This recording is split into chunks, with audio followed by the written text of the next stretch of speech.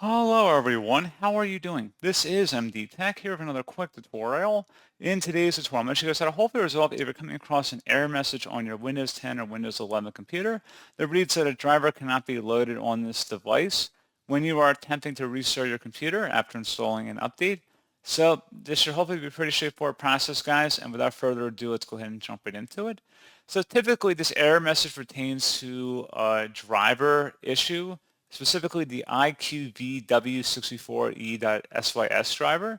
So we're going to have to go ahead and actually edit our security settings in specifically the memory integrity options in the security options in Windows. So we're going to go about how to do that, at least temporarily for this tutorial. And without further ado, let's go ahead and jump right into it. So we're going to start off by opening up the search menu. And you want to search for core isolation. Best match, should come back with core isolation right above system settings. Go ahead and open that up. And then there should be a memory integrity option here. So prevent attacks from inserting malicious code into high security processes. So you can notice that you might be on or off. There might be a little message here telling you to turn it on. Now, this is a newer feature in Windows. This wasn't present in older versions of Windows. I think it came out in one of the newer versions of Windows 10. I don't think it came out with the release manufacturer version of Windows 10. This probably came a little bit later, I believe. So this can conflict with certain applications and drivers, as is the case in this situation here. So you might need to go ahead and actually turn that off and then see if that resolves the issue. You may also want to go, for more long-term solution here if you're having a specific file issue you're noticing. You can go underneath virus and threat protection and then select where it says allowed threats. If you see anything in this list here, you may want to go ahead and whitelist it or allow it to go through, which could be potentially what's blocked in the core isolation settings. And you may also want to go underneath, if you scroll down here, let me just think for a moment here. You would have to go underneath firewall and network protection.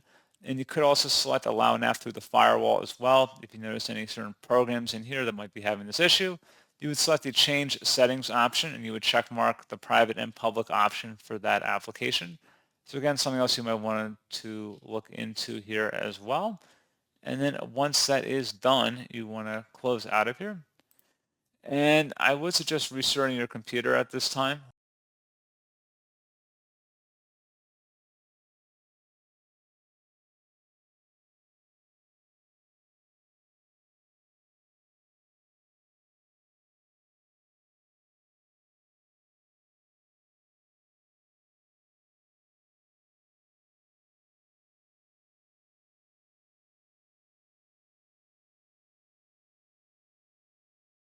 And then hopefully the issue has been resolved. However, if you're still having an issue, something else we could try here as well would be to open up the search menu, type in Device Manager, best match, should come back with Device Manager. Go ahead and open that up.